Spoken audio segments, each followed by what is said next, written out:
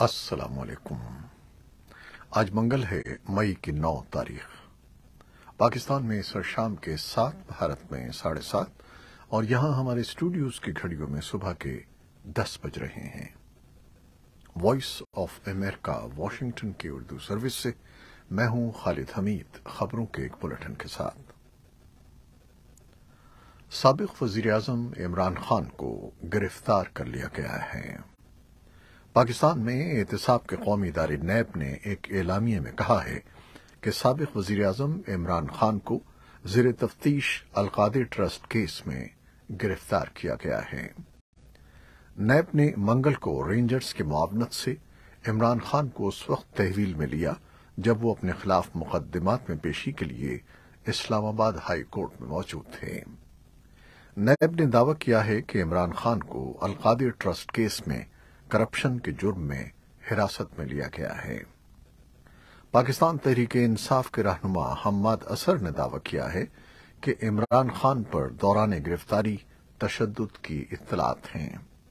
ایک ویڈیو بیان میں حماد اظہر کا کہنا تھا کہ عمران خان نے کوئی گناہ نہیں کیا ہے، لہذا صرف کارکن نہیں بلکہ عوام سے اپیل کرتا ہوں کہ وہ باہر نکلیں، ورنہ یہاں کوئی سر اٹھا کر نہیں چل سکے گا۔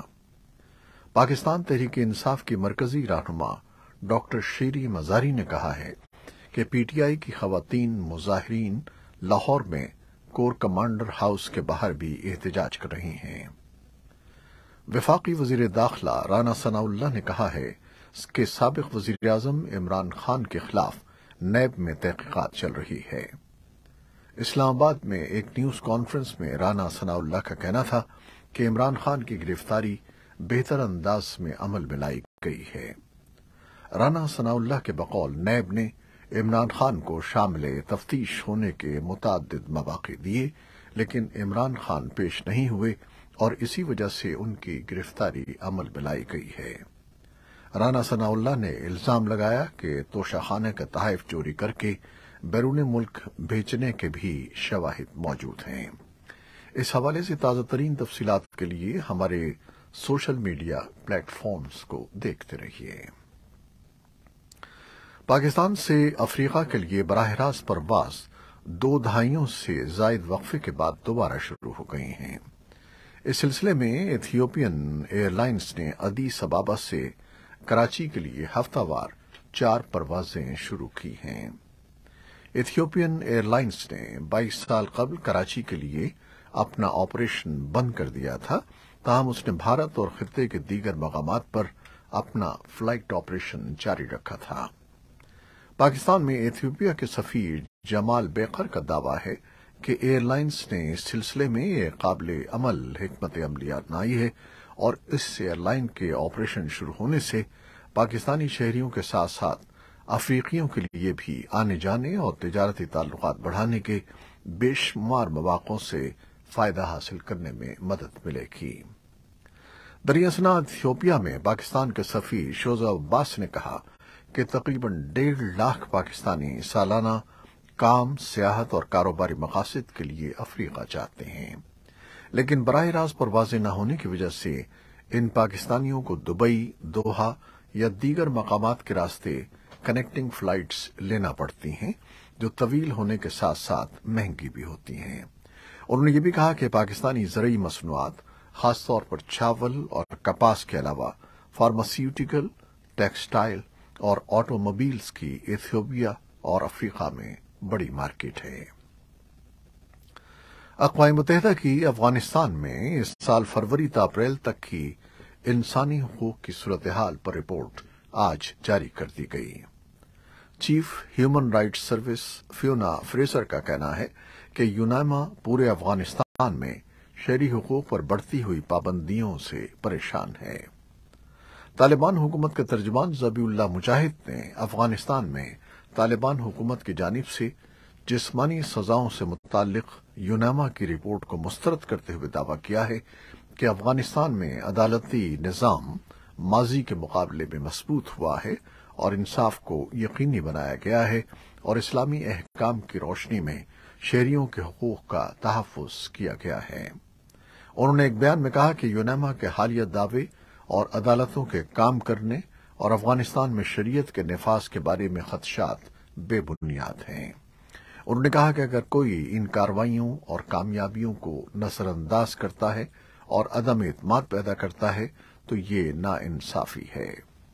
بیان میں کہا گیا ہے کہ افغان جانتے ہیں کہ مثالی انصاف آیا ہے جس کے نتیجے میں پورے ملک کے تحفظ کو یقینی بنایا گیا ہے، ایک شفاف عدالتی نظام قائم کیا گیا ہے اور اسے مضبوط بنانے کی کوششیں جاری ہیں۔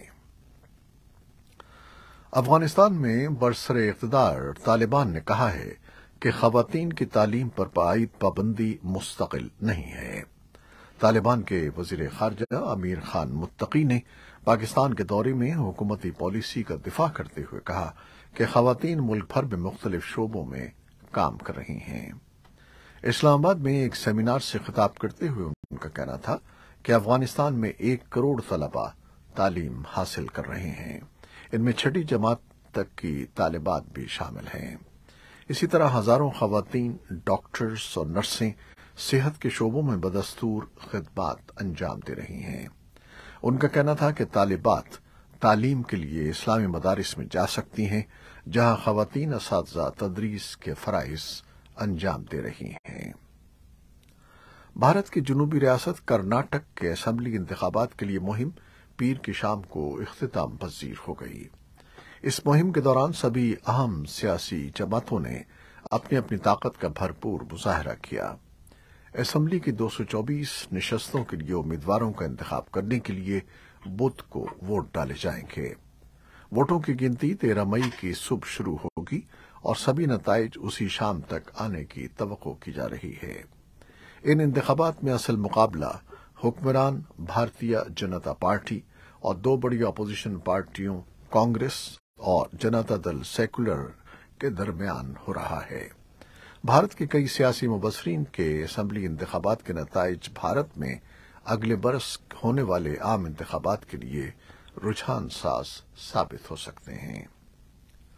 پولیس حکام کے مطابق بھارت کے مغربی کھرگون ضلع میں ایک بس حادثے میں کم از کم 23 افراد ہلاک ہو گئے ہیں۔ حادثے کی وجہ ابھی تک معلوم نہیں ہو سکی۔ میڈیا رپورٹس کے مطابق بس پل سے نیچے گر جانے سے مرنے والوں میں 3 بچے اور 10 خواتین شامل ہیں، جبکہ کم از کم 31 دیگر زخمی ہو گئے۔ روس کے صدر ولادیمیر پوٹن منگل کو کہہ رہے ہیں کہ دنیا ایک فیصلہ کن موڑ پر ہے اور روس کے خلاف حقیقی جنگ شروع ہو چکی ہے۔ دوسری جنگ عظیم میں نازی جرمنی کی شکست کی یاد میں روس میں ایک اہم تعطیل ہے۔ پوٹن نے اس موقع پر ماسکو کے ریڈ اسکوائر میں فوجی پریڈ سے خطاب کیا۔ پوٹن نے کہا کہ ہم نے بین الاقوامی دہشت گردی کو پسپا کر دیا ہے، ہم ڈونباس کے باشندوں کی حفاظت کریں گے، ہم اپنی سلامتی کو یقینی بنائیں گے۔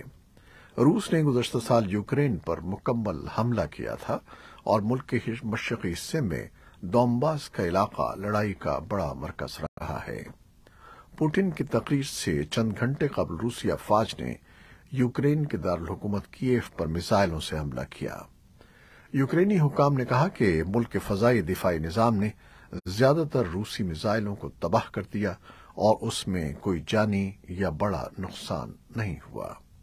کیف کی شہری فوجی انتظامیہ کے سربراہ سری پاپکو نے ٹیلی گرام پر کہا کہ مئی کے آغاز سے دارالحکومت کو نشانہ بنایا جانے والا یہ 5واں حملہ تھا اور روس زیادہ شہریوں کو مارنے کی کوشش کر رہا ہے۔ یورپی کمیشن کی صدر ارسولا وان دیر لیئن نے منگل کو کیف کا اپنا تازہ ترین دورہ کیا اور یوکرین کے ساتھ یورپی یکجہتی کا اظہار کیا۔